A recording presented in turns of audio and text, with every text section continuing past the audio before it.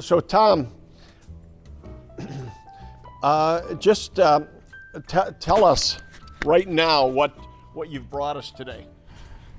This is a model of a 1911 Bleriot that was built for an interesting man named Shakir Jawan. He and his brother were Lebanese immigrants into this country in the late 1880s. Went to the first aviation meet on Long Island in 1910. Determined to learn to fly, he went to the first class at the School of Aviation at the Moisant School in Mineola, Long Island. In his class were Harriet Quimby, the first woman killed in an airplane, Matilda Moisant, John Moisant's younger sister. They both learned to fly along with Shakir Jawan.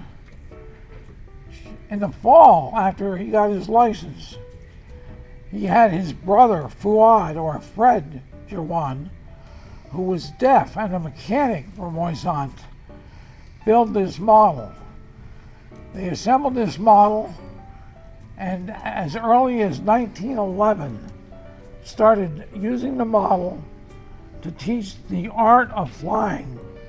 The first known instance of him taking this to a lecture was November of 1911 when he took it into New York City and used a stereopticon, and it has an electric cord that you may see that spun the propeller. The stereopticon had glass slides, and he used that and created a show with this. And it's well documented.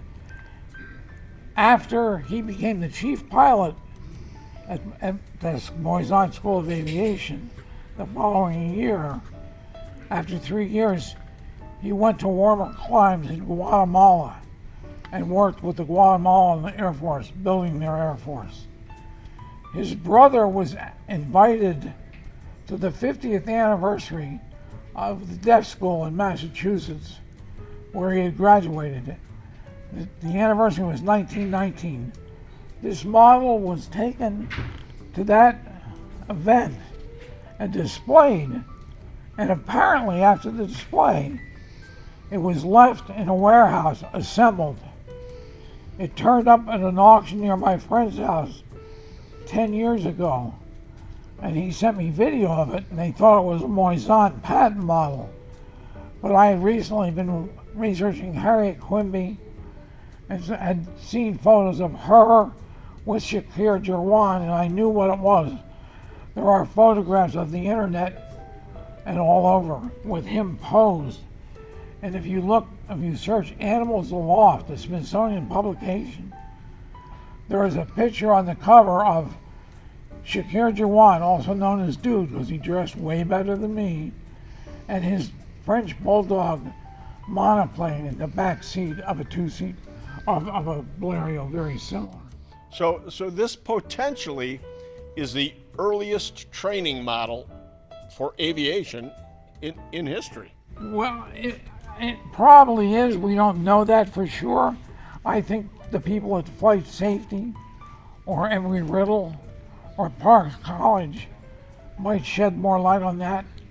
Interestingly enough, the Smithsonian has his collection of photographs in an album online, and they also have his correspondence and newspaper clippings online, so there's incredible documentation. Now we're going to be putting this back together in just a few minutes, but correct me if I'm wrong, but these wings have not been off of this airplane since 1919. That's correct. We took the airplane, took the wings off last Saturday when I went to retrieve it from my friend's grand piano, where it's been resting since we bought it.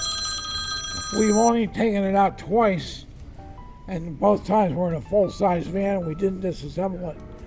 But since it was going to be a phenomenal cost to rent a box van to bring it here, I figured he must have taken the wings off a zillion times to drag it in and out of his lectures.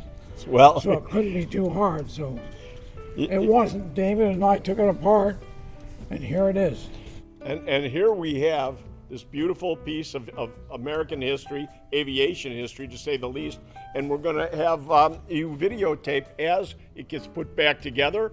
And this is the first time, again, it's been ever in Illinois, and we're going to be auctioning this off coming in the future. We'll keep you updated on that, but stay tuned now for the reassembly of this famous aircraft.